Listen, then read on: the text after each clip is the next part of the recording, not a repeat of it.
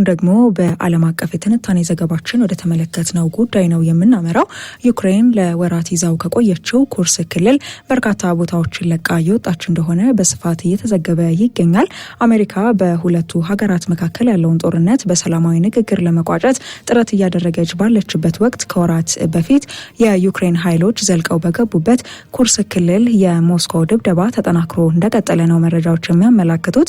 በኩርስክ ክልል ለወራት ከሩሲያ ጦር ጋር ሲፋለሙ የቆዩ የዩክሬን ወታደሮች የሞስኮ ጥቃት እንደበረታባቸውና ወደ ኋላ እያፈገፈጉ እንደሆነ መናገራቸውንም ቢቢሲ አስነብቧል። ለወራት ዩክሬን ከተቆጣጠረቻቸው የኩርስክ ከተሞች ትልቋ የሆነችውን ሱድዛ ከተማን ሞስኮ መልሳ ስትቆጣጠር በርካታ የዩክሬን ጦር መሳሪያ ማከማቻዎች መውደማቸውንም ነው ዘገባው ያመላከተው።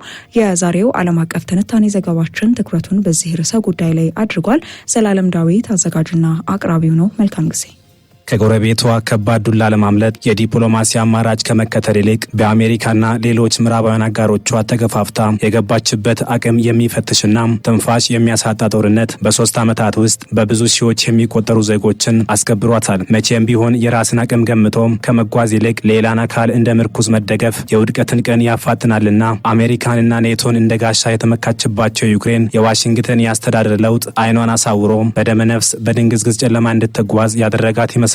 የፕሬዝዳንት ቮሎዲሚር ዜሌንስኪ የ3 ዓመት የእሳት ጨዋታ 2 ዓላማዎችን ያነገበ ነበር። በአሜሪካ የበላይነት የሚመራውን የሰሜን አትላንቲክ ጦር ቃል ኪዳን ድርጅት ኔቶን በአባልነት መቀላቀልና ሞስኮ የቀማቻቸውን ግዛቶች መልሶ መረከብ የሚሉ 2 አጫጭር ነገር ግን ዓለምን እያነቃነቁ ያሉ አረፍተ ነገሮች ናቸው። ሰው ሳይሄድና ሳይሞት አይመሰግንም እንዲሉ አበው ምንም እንኳን አሜሪካውያን ድምፅ ነፍቋቸው ከስልጣን ቢሰናበቱም ምስጋና ይግባቸውና የዴሞክራቱ መሪ የቀድሞ ፕሬዝዳንት ጆ ባይደን ያልተለየ የጦር መሳሪያና የገንዘብ ድጋፍ ውስን የሌሎች ምዕራባውያን እገዛ ታክሎበት ኪየቭ የኃያሏን ጎረቤት ዱላ ተቋቁማ ለ3 ዓመታት ራሷን ከመከላከል አልፋ በሞስኮ ሉዓላዊ ግዛት ዘልቃ በመግባት ለወራት ወራሪዋን መልሳ ወራታለች። ያም ሆኖ ግን ኪየቭ አሁን አቅሟ የዛለ ጉልበትም የከዳት ይመስላል። ከዛሬ 3 ዓመት በፊት ሩሲያና ዩክሬን ይፋዊ ጦርነት ሲጀምሩ ሁለቱን ሀገራት ከማስታረቅ ይልቅ በርካቶች ብስለት ይጎላቸዋል የሚሏቸውን ጎልማሳ ፕሬዝዳንት ቮሎዲሚር ዜሌንስኪን ቀጥልበት ከኋላ አለው እያለ የጦር መሳሪያና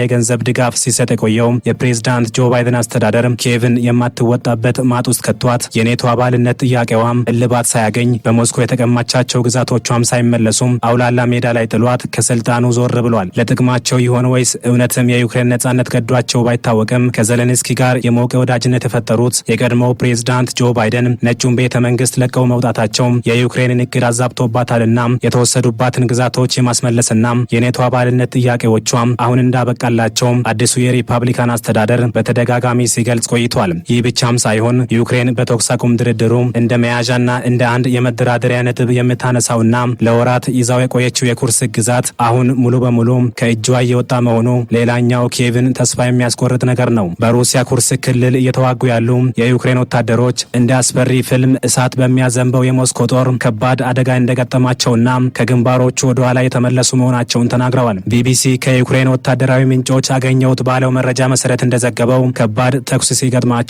ወደ ኋላ እየሸሹ መሆናቸውን፣ ለወራት በግዛቱ በመሸጉ ካምፖች ያሉ ወታደራዊ መሳሪያ ክምችቶች እየወደመባቸውና ከሩሲያ ድሮኖች የማያቋርጥ ጥቃት እየደረሰባቸው እንደሆነ አመላክቷል። ማንነታቸው እንዲታወቅ ያልፈለጉ የዩክሬን ወታደሮች በማህበራዊ የመገናኛ ብዙሃን በኩል በሰጡት አስተያየት ዩክሬን ለወራት በኩርስክ ግዛት ይዛው የቆየችውን ሱድዛ የተባለውን ትልቁን ከተማ ለሞስኮ ጦር አስረክባ ስትወጣ ከፍተኛ ሽንፈት መከናነቧን ተናግረዋል። በአውሮፓውያኑ መጋቢት 9 2025 የዩክሬኑ ፕሬዝዳንት ቮሎዲሚር ዜሌንስኪ ለቢቢሲ በቴሌግራም ገጽ በላኩት መልእክት ምንም እንኳን ድንጋጤና ግንባሩ በሩሲያ ጦር እጅ የመውደቅ አደጋ ቢደቀንበትም የኪየቭ ኃይሎች በሱድዛ እንዳሉ ተናግረው ነበር። በእርግጥ ፕሬዝዳንቱ ይህን ሲናገሩ እዚያው የመቆየትና የሩሲያን ጥቃት የመከላከል አቅማቸው አስተማማኝ እንዳልሆነ እንዲሁም በቀጣዮቹ ቀናት አሊያም ሳምንታት ኩርስክን ለቀው ሊወጡ እንደሚችሉ ፍንጭ ሰጥተው ነበር። እርሳቸው እንዳሉት ከሩሲያ ኃይል እየከበደ በመጣው የማጥቃት እንቅስቃሴና ፋታ በሚነሳ የአየር ድብደባ የዩክሬን ወታደሮች ግዛቱን ለቀው መውጣታቸው እንደማይቀርና ከወታደር አባላቶች እንዲሁም ከመሳሪያ ክምችቶች አንዳንዶቹ በሩሲያ ድሮኖች መቃጠላቸው አይቀርም ሲሉ የፍራቻ ትንቢታቸውን ተናግረው ነበር። የኪየቭ ወታደሮች የሎጂስቲክስና የመሳሪያዎች እንቅስቃሴ በሱድዛና በዩክሬን ሱሚ ክልል መካከል ባለው አንድ ዋና መንገድ ላይ የተመሰረተ ነበር። ፕሬዝዳንቱ ከአንድ ወር በፊት በዚያ መንገድ በአንጻራዊነት ደህንነቱ በተጠበቀ ሁኔታ ማጓጓዝ እንደሚችል እንደሚቻል የተናገሩ ቢሆንም መጋቢት 9 ቀን 2025 ግን ሁሉም በጠላት የእሳት ቁጥጥር ስር እንደሆኑ ድሮኖች ቀንና ሌሊት በግዛቱ መታየት መጀመራቸውን እንዲሁም በጥቂት ደቂቃዎች ልዩነት ከ2 እስከ 3 ድሮኖች በአካባቢው ሲበሩ ማየትም እየተለመደ መጥቷል። ወታደራዊ ባለሙያዎች እንደሚሉት ሩሲያ ኩርስክን ለመቆጣጠር እስከ 70,000 የሚደርሱ ወታደሮችን አሰማርታለች። ከነዚህም ውስጥ 12,000 የሚደርሱ የሰሜን ኮሪያ ወታደሮችም ይገኙበታል። ሩሲያ ወሳኝ የድሮን ክፍሎቿን ወደ ኩርስክ ግንባር ልካለችና ዋና ዋና የሎጂስቲክ መንገዶችን በራሷ ቁጥጥር ስር ለማድረግ ካሚካዜና ፈርስት ፐርሰን ቪው ወይም የመጀመሪያ ሰው እይታ የተሰኙ መሳሪያዎችን በመጠቀም ላይ ናት ተብሏል። እነዚህም በፋይበር ኦፕቲክ ገመዶች ከኦፕሬተሮች ጋር የተገናኙ ድሮኖችን ያካትታሉ። በኤሌክትሮኒክስ መከላከያ እርምጃዎች መጨናነቅ የማይችሉ መሆናቸው ደግሞ ለሩሲያ ክትትልና ጥቃት ምቹ ሁኔታን ፈጥሮላታልም ተብሏል። በዚህም ሩሲያ በደርዘን የሚቆጠሩ የዩክሬን የመሳሪያ ክምችቶችን ማውደም ችላለች። ቢቢሲ ያነጋገረው በኩርስክ ግንባር ዋና መስሪያ ቤት ውስጥ የሚያገለግል አንድ የዩክሬን ወታደር የሩሲያ ፈርስት ፐርሰን ቪው ወይም የመጀመሪያ ሰው እይታ ድሮኖች ያደረሱትን ጉዳት አጉልቶ አሳይቷል። ሩሲያ ከእነሱ የበለጠ የአየር ጥቃት መፈጸም የሚያስችላትና በርካታ ቁጥር ያላቸው ወታደሮች እንዳሏት ተናግሮ የአቅርቦት መንገዶች እንደተቋረጡ አክሏል። የሩሲያ ድሮኖች ሁልጊዜ በሰማይ ላይ ናቸው። ሎጂስቲክ ከአሁን በኋላ አይሰራም። የተቀናጀ የጦር መሳሪያ፣ ጥይት፣ ምግብና ውሃ ማድረስ ከአሁን በኋላ የማይታሰብ ነው ሲል ያሉበትን ሁኔታ ያስረዳል። ዩክሬን በኩርስክ የያዘችውን አጠቃላይ መሬት እንደምታጣ የተነበየ ወታደሩ ከወታደራዊ እይታ አንጻር በኩርስክ አቅጣጫ ያለን አቅም ተዳክሟል፣ ከዚህ በኋላ ማስቀጠል ምንም ፋይዳ የለውም ብለዋል። የምዕራባውያን ባለስልጣናት ዩክሬን እስካሁን በኩርስክ ክልል ባደረገችው ጦርነት 12,000 የሚሆኑ ወታደሮች የተሳተፉበት እንደነበር ይገልጻሉ። እነሱም በምዕራባውያን በተሰጡ የጦር መሳሪያዎች፣ ታንኮችና የታጠቁ ተሽከርካሪዎች ጨምሮ ጠንካራና የሰለጠኑ ወታደሮች ነበሩ ባይ ናቸው። የሩሲያ ጦማሪያን አንዳንድ የዩክሬን መሳሪያዎች ሲወድሙ ወይም ሲያዙ የሚያሳዩ ተንቀሳቃሽ ምስሎችን እያጋሩ ናቸው። ምንም እንኳን በእሳት እየተማገዱ ያሉ የዩክሬን ወታደሮች ፍራቻ እያንጸባረቁ ቢሆንም አንዳንድ የኪየቭ ሹማምንት ግን የሚናፈሰው ወሬ ከእውነት የራቀና ከኩርስክ ካልወጣንም አንወጣምም እያሉ አይናችንን ግንባር ያድርገው ብለው ሽንጣቸውን ገትረው የተከራከሩ ነው። ይህም ከፕሬዝዳንቱ ሀሳብ ጋር የሚጋጭ በኪየቭ የመንግስት ባለስልጣናት መካከል ልዩነት እንዳለ የሚያሳይ ነው ሲሉም የፖለቲካ ምሁራን ይተቻሉ። የዩክሬን ከፍተኛ ጦር አዛዥ ኦሌክሳንደር ሲርስኪም የዩክሬን ኃይሎች ይበልጥ ምቹ ወደሆኑ ቦታዎች ማፈግፈጋቸውን በኩርስክ መቆየታቸውንና አስፈላጊና ጠቃሚ እስከሆነ ድረስ በግዛቱ የሚያደርጉትን ተጋድሎ አጠናክረው እንደሚቀጥሉ ተናግረዋል።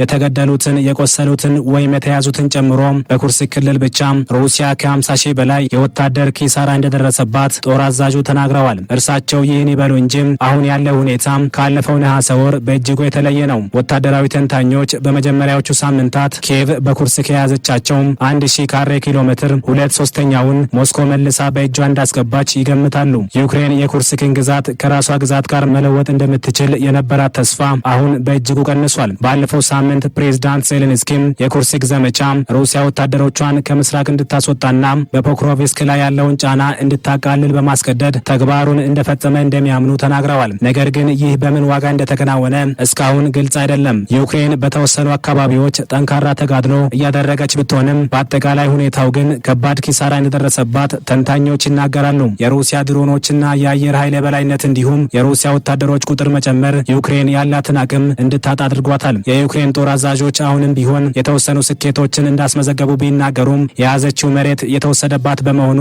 የደረሰባት ኪሳራ አሳሳቢ ነው እየተባለ ይገኛል። ተንታኞች እንደሚሉት የኩርስክ ዘመቻ ውጤት ለዩክሬን የወደፊት ወታደራዊ ስትራቴጂም ትልቅ ትምህርት እንደሚሆን ይጠበቃል። ይህ በእንዲህ እንዳለ አሜሪካ ሩሲያና ዩክሬን ተኩስ በሚያቆሙበት ሁኔታ ለመምከር ቀጠሮ እንደያዘች ባሳወቀች በሰዓታት ልዩነት ክሬምሊን ፕሬዝዳንት ፑቲንና ትራምፕ በዛሬው ዕለት እንደሚነጋገሩ አረጋግጧል። የአሜሪካ ባለስልጣናት የተኩስ አቁም ስምምነትን በተመለከተ አዎንታዊ ለመሆን እየሞከሩ ነው እየተባለ ቢሆንም ነገር ግን አሁን ከሞስኮ የሚወጡትን አስተያየቶች በእርጋታ መመልከት ተገቢ ነው ሲሉም ተንታኞች ይናገራሉ።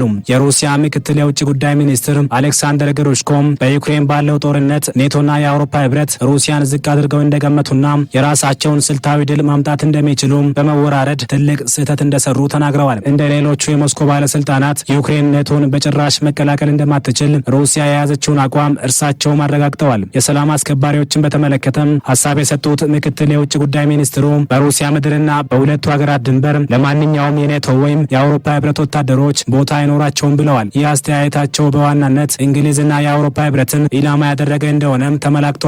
ዩክሬን ለ3 ዓመታት ዜጎቿን የገበረችበት ጦርነት ከጥያቄዎቿ አንድም ሳይመለስላት በአሜሪካና በሩሲያ ፍላጎት ፍላጎት የተመሰረተ የተኩስ አቁም ልታደርግ ከጫፍ ደርሳለች ሲሉ ተንታኞች ይናገራሉ።